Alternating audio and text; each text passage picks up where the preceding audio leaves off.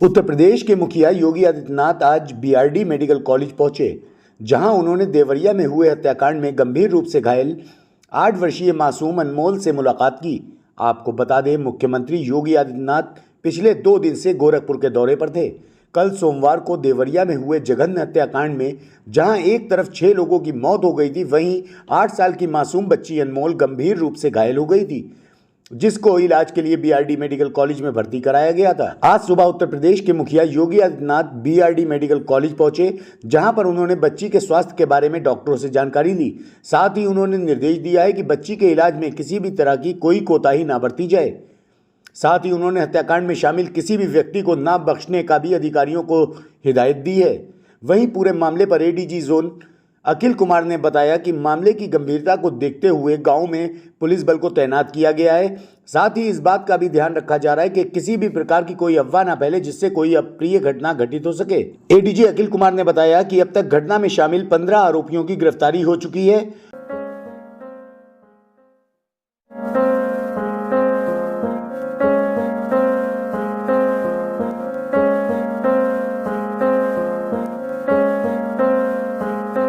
आरोप लग रहा है सर, क्या कहना चाहेंगे?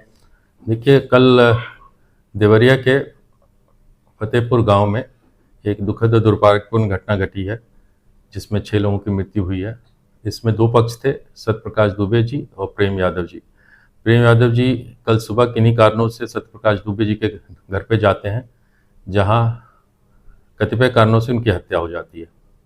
उसके रिएक्शन में उनके अभयपुर टोले से अन्य लोग आते हैं और सत्यप्रकाश दुबे जी और उनके परिजनों पर हमला कर देते हैं, जिनसे 5 लोगों की मृत्यु हो जाती है और 1 घायल हो जाता है।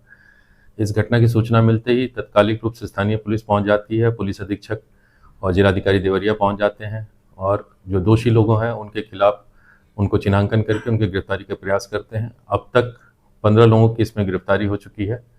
इसमें जो मुकदमा कायम कर दिया गया है दोनों पक्षों का, जो पीड़ित पक्ष हैं दोनों पक्ष के जो मृत्यु हुई है जिन लोगों का, उनका यथोचित दाह संस्कार हो गया है। वहाँ पर 2 कंपनी पीएसी, पुलिस अधीक्षक, क्षेत्राधिकारियों के नेतृत्व में पुलिस बल नियुक्त है, ताकि वो स्थिति नियंत्रण में रहे और किसी भी अफवाह फैलाने वाले के खिलाफ हम लोग कठोर कार्रवाई करेंगे। 2 पक्षों का विवाद था जो एक दुखद रूप लिया, जिसमें हम लोग नजर रखे हुए और दोषियों के खिलाफ कठोर कार्रवाई करेंगे। विशेष रूप से जो दूसरी घटना है जिसमें जो लोग सुनियोजित ढंग से जाकर एक पूरे परिवार पर हमला करते हैं, वो ज़्यादा गंभीर है और उस पर हम लोग दोषियों को चिन्हित करके कार्रवाई करेंगे।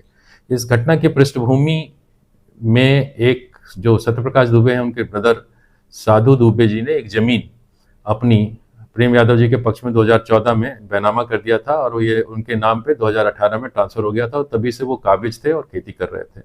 उस बात को लेके उन दोनों पक्ष में मनमुटाव परिलक्षित हुआ है, क्योंकि समय समय में सत्यप्रकाश दुबे जी दरखास्त भी देते थे और दीवानी में भी मुकदमा किया था। वर्ष जुलाई 2022 में एक प्रार्थना पत्र और वर्ष फरवरी 2023 में 2 प्रार्थना पत्र अभी तक संज्ञान में आए हैं, जिन्होंने राजस्व अधिकारियों को दिया था और उसकी जांच स्थानीय लेखपाल ने की थी। इस पूरे जांच की समीक्षा जिलाधिकारी अपने स्तर से कर रहे हैं और उसके बाद यथोचित जांच में अगर कोई कमी पाई जाएगी तो उनके स्तर से वो कार्रवाई करेंगे। सर, एक आसपास का बच्चा भी उसमें घायल हुआ है जी, एक बच्चा घायल है जो कि का यथोचित इलाज चल रहा है। वो अभी डॉक्टरों की रिपोर्ट के साथ ठीक हो रहा है और सकुशल है। सर, स्थानीय थानों पर आरोप लगे, कई बार प्रार्थना पत्र दिए गए, कोई कार्रवाई नहीं हुई। मैंने आपको बताया कि सिर्फ 2 प्रार्थना पत्र जुलाई 2022 में और फरवरी 2023 में 2 प्रार्थना पत्र राजस्व अधिकारियों को उन्होंने दिए हैं, जिसकी जांच स्थानीय हल्का लेखपाल द्वारा की गई है, जिसकी समीक्षा जिलाधिकारी द्वारा की जा रही है। कोई भी प्रार्थना पत्र पुलिस अधिकारियों को थाना दिवस पे, आईजीआरएस पे नहीं मिलना अभी तक पाया गया है, परंतु इसकी लगातार हम समीक्षा कर रहे हैं। अगर कोई इस प्रकार की साक्ष्य आते हैं या सबूत आते हैं कि वो पुलिस अधिकारियों के पास किसी स्तर पर गए हैं और कोई नेग्लिजेंस की गई है, तो हम लोग कठोर कार्रवाई करें।